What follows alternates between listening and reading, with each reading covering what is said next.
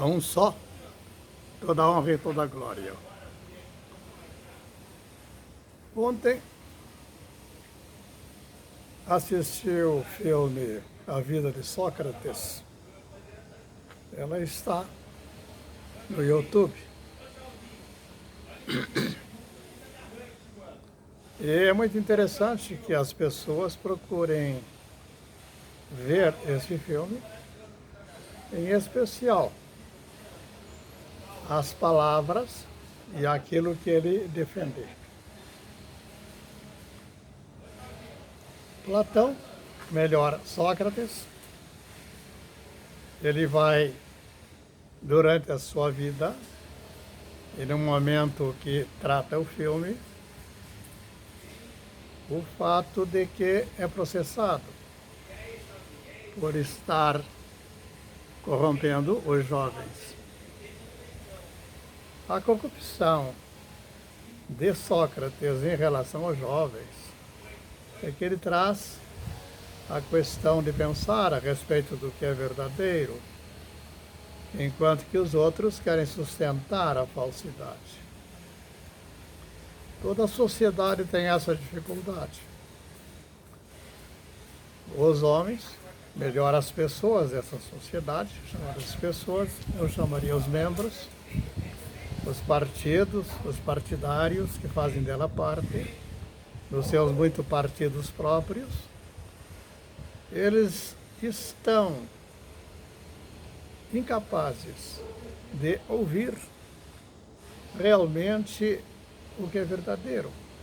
Uma palavra de verdade lhes acusa, eles se tornam acusados e eles vão reagir de uma maneira como faz um Alexandre quando se torna por imperador e quer se sobrepor sobre a vida de todos.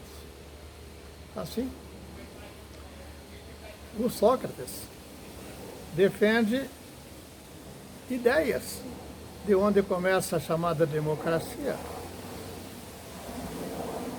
de onde começa a ideia de república, de ser eleito aqueles que dirigem uma cidade, um estado, a partir de votação. Sucede que, na vida de Sócrates, ele começa a ensinar aos seus discípulos. Ou seja, não é estritamente a ideia de um mestre que está dentro de uma sala. Ao andar nas ruas, ao andar nos lugares, ele está com seus discípulos e vai observar determinados procedimentos próprios daquela sociedade corrompida, mas não conseguem ver a sua própria corrupção. Nesse sentido, tem um momento em que o Sócrates está olhando alguém que está fazendo ofertas aos seus deuses, no sentido de que traga a cura para alguém. Ele pediu esse proceder, porque era próprio daquela sociedade. Assim como fazem hoje. Então, Sócrates, ao lado dos seus discípulos, vai perguntar, mas precisaria deuses que lhe sejam ofertados um galo, ou um frango? Mas, por incrível que pareça, essa pergunta lá formulada, ela continua sendo aplicada em Nova York. É só vocês abrirem o Google e fazerem essa pergunta. O procedimento da oferta de galos ou de frangos para derramar seu sangue. E que isso como se ele trouxesse compensação da sua corrupção, dos seus pecados. Ainda hoje. E veja, dentro de grupos que estão grandes sábios, grandes pensadores. Assim como depois surge um Spinoza, e esse cidadão, chamado Spinoza, que tinha um conhecimento judaico e um conhecimento também cristão, ele vai ser excomungado por ambos os lados. Retornando a Sócrates, o ponto essencial e o clímax de todo o filme está no momento em que abrem um processo contra ele. Aqueles que eram os políticos do lugar, duas figuras. E nesse processo eles pedem a punição com a morte, já que o Sócrates trazia a corrupção aos jovens. E com aquilo também contendia contra o próprio Atenas, na figura do Estado, como entende hoje Alexandre de Moraes, ou de um Gilmar. Dentro dessa mesma observação, dessa mesma forma de olhar, temos que compreender. Então, naquele momento, a família do Sócrates interpreta que é importante naquele momento que vão querer matá-lo. Não estão fazendo um processo apenas por fazer um processo, para dar um cunho jurídico, ou que seja, como fazem ainda hoje. Apenas vão usar como instrumento para ter um motivo de matá-lo. Então, chamam o melhor orador, aquele que melhor poderia fazer a defesa, que era realmente considerado como um grande discursista, um grande orador, como depois Faraó Romano, até hoje faz, nas tribunas, como se tivesse algum grau de autoridade. E, naquele momento, esse homem, um advogado, externa a família do Sócrates, com a presença de Sócrates, como ele conduziria a defesa. E a defesa toda está alicerçada na hipocrisia, na lisonja, de forma que naquela forma de procurar defender Sócrates, eles o acolheriam e o deixariam livre. Mas Sócrates vai pecha, mas estás defendendo alguém que não sou eu. Como vais defender o que eu defendo, ou seja, a verdade através da mentira? Não, não posso aceitar isto. Eu vou fazer a minha própria defesa. Então, o clímax do filme está aí. Assistam e vejam o clímax. Na hora que ele vai defender, que ele não é um transgressor. Mas naquele momento também, em contrapartida, ele está acusando que os transgressores, ou seja, os de má fé, são aqueles que lhe acusavam e aqueles lhe dão suporte. Este é o sentido. Paro aqui, assistam o filme e vamos retornar, porque dentro dessa mesma consideração tem outro momento extraordinário dentro de um drama de Shakespeare, que chama-se o Comerciante. A palavra não é comerciante, mas a memória está me impedindo de dizê-lo, o correto.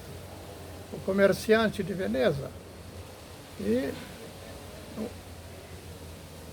também tem um momento de um clímax, que é o julgamento de alguém que tinha uma dívida para com aquele que era seu credor. Também é interessantíssimo. Então, por formas de parábolas, como muitas fez citação, Jesus, que tratamos de em Cristo, quando ele fala sempre, a que compararei o reino de Deus? A que compararei o reino de Deus? Ele vai trazer as imagens que são próprias de todas as comunidades, tradições e costumes. Como dizendo, todos querem, se dizem, assentar sobre fundamentos do Deus em verdade. Ele está trazendo essa questão. Mas ninguém quer considerar. Quando eu fiz colégio marista, eu fiz do primeiro ano, desde os meus 6 anos, 7 anos, até meu 17 para 18, eu fiz colégio marista. E no colégio marista, eu tenho lembrança clara. Encerrei o colégio marista em 1953. E nesse colégio marista, para você, era um jovem de 15, agora já no colegial, você não tinha de fato uma condição propícia para você dizer, eu quero saber melhor, eu quero saber mais, eu quero de fato ler, eu quero ouvir o que eu estou lendo e saber o que dizem a respeito disso ou daquilo, é verdade ou é mentira. Ou seja, fizeram um partido, e desse partido tornaram esse partido por um dogma estabelecido, sob condição de morte. Nesse sentido também está um ponto onde César, em Israel, em Jerusalém, com a sua guarnição, comandada por Pilatos, ele vai se dizer que ele é sobre todos e não aceita que ninguém abra a boca para declarar qualquer imagem e figura acima da autoridade dele. Assim está também um Alexandre, que se presume de grande. E assim tantos outros, ainda hoje, e que se declaram por supremos e querem tocar na tua vida. Compreendam. Não fique fundamentando no que estão dizendo. Procure você mesmo sabê-lo, porque um só vai ter que contar. Nesse ponto, ao tomar café, me veio esta memória. E vim perguntar depois à minha mulher, minha esposa, e também à minha filha que mora conosco. E a questão é esta. Jesus vai dizê-lo aos seus discípulos, àquele que o seguiam. Olha, vejo que muitos já se escandalizam a respeito do que eu declaro. Então, vocês podem caminhar, andem. Vocês são livres para considerar outros lugares onde ouvir do que vos apraz. A palavra não é bem essa, mas o sentido é este. Mas a pergunta fica, ele fez apenas essa proposição. Não coube a ele não fez a resposta. Ele não disse, não vai, não ir, porque eu, não. Ele perguntou. Mas alguns deles vão responder. E esperamos, eu espero, de um só, e tu respondas por um só. Ao dizer, mas, Senhor, contigo estão as palavras de vida eterna. A pergunta fica, Jesus não respondeu isto. A resposta foi dos seus discípulos. Então, na hora que as pessoas leem o texto, leem como fosse um conjunto, que Jesus responde, já deu a resposta, não deu. Mas qual é então a resposta? Também tem outro lugar, onde também da mesma maneira Jesus diz, quem dentre vós me convence de pecado, me convence da justiça? Quem dentre vós? Também é perguntado, mas não foi ele que respondeu. A resposta foi dita, não ali naquele lugar. Depois, um pouco afastado no livro, como se houvesse uma temporalidade a ser medida para ter a resposta, o Paulo, que tornou-se santo aos olhos dos católicos, vem dizer, e todos afirmar.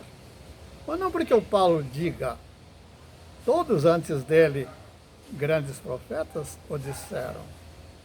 Porque diz Paulo, de um só, ele diz, um só Espírito Santo, bom, é quem te convence.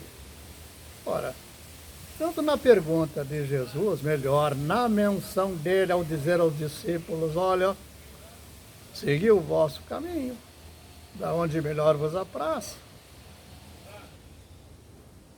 A mesma que conduz a pergunta, é o mesmo Espírito que conduz a perfeita resposta. Eu diria, onde é que eu coloco esse Espírito? Se aquele que responde está ao lado de Jesus? Onde eu coloco essa pergunta? Se os discípulos que acompanhavam aquele ou este mestre estavam com ele, ouviam, e depois vão tratar de como receberam de um só Espírito para dizer. Aí, claro, se eu trato de uma figura em caráter exclusivamente histórica, eu entro no campo da temporalidade comum do mundo.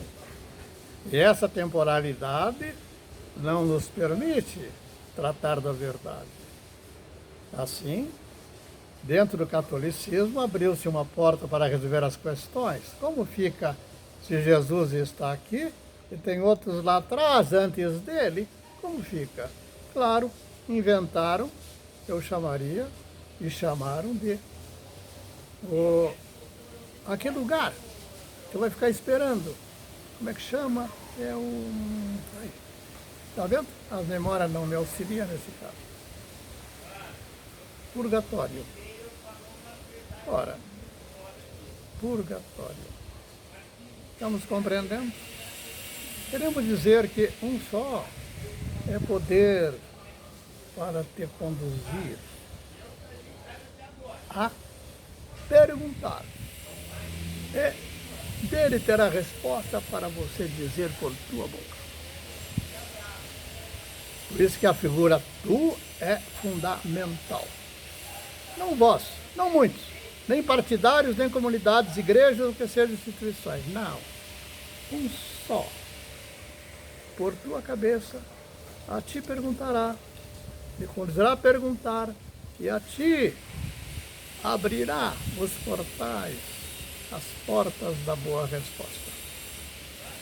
Assim sendo, fechamos aqui o quadro. Assistam o filme. E pode assistir também aquele comerciante de Veneza, não é comerciante, a palavra correta que dá o título do filme é... Ai, pronto, misericórdia. A memória não me está sendo trazida. Assistam. Procurem considerar. Procurem considerar. Para encerrar, o tal Baruch, que é bendito, Baruch atah Adonai Eloheinu melech haolam, bendito és tu, Senhor, Rei do Universo. Baruch Espinosa, que da Espanha é expulso, se fez antes um cristão novo, por imposição do romanismo, para não ser morto. Mas depois ele foge para a Holanda. Lá, ele vai desenvolver esse pensar. Estou dizendo que ele é um santo? Não. Alguém igual a esta figura. Igual ao Pedro, quando diz, tu és o Filho de Deus vivo. Ele vai tratar do que temos aqui declarado. Todas as imagens que estão estabelecidas nas formas que chamamos de natureza. E aquele que crê chama de criação eterna de Deus. As suas imagens projetam do Espírito em caráter eterno. Elas são transitórias, mas as imagens do Espírito projetado, não. Assim, compreendendo, estão por nossa primeira leitura. Quando digo nossa, falo do homem em geral. Na busca do entendimento de quem é. Então, nessa busca, a leitura vai ter a resposta do íntimo daqueles que pensaram a respeito de quem lhe coloca no coração perguntar e de quem tem o poder para lhe dar a resposta propícia. Foi quem estabeleceu a leitura. As formas ele estabeleceu para meu entendimento.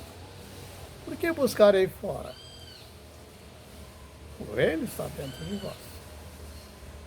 O eterno Deus, um só, em Cristo te dê a liberdade.